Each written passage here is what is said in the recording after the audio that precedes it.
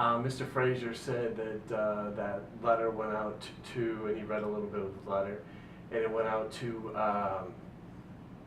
neighbors and some tenants complaining about the new Prindle apartments. Yeah, I sent a letter out, a newsletter, semi-regular newsletter I do. I hand delivered it around the whole ward, including his place on Marshall Avenue. And it addressed a lot of the issues we have in the 6th Ward, which are abandoned houses, dilapidated houses, rentals that are unbecoming. And I put in there that the residents of the ward, phone calls to me, are tired of these, and I put it right in my letter, slumlords.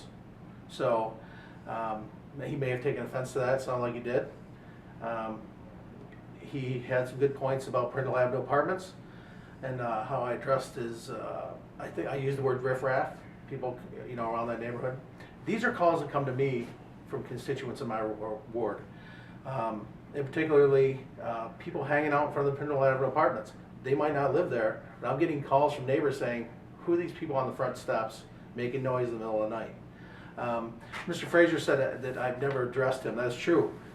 Before I took alderman position, I had calls back in November, before I was sworn in January. I took calls prior to me being sworn in about his building on Marshall Avenue, whereas tenants or neighbors were calling me complaining about the state that building is in. I couldn't do much beforehand. I wasn't sworn in. After that, I had made numerous attempts to call Mr. Frazier. No calls were returned. So from there, I just started calling codes.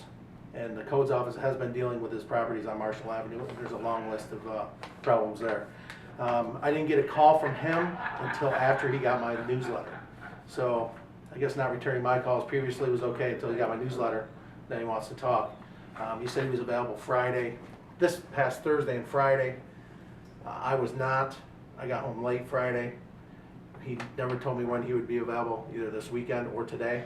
So I hadn't called him. So, but it was nice of him to come in and talk all about his properties. I'm glad he's putting a lot of money into them. I'm glad it's a good tax base. But people are complaining there's things going on there, and including the place he's currently living on Marshall Avenue. I encourage anyone who wants to go see what it looks like. Have at it.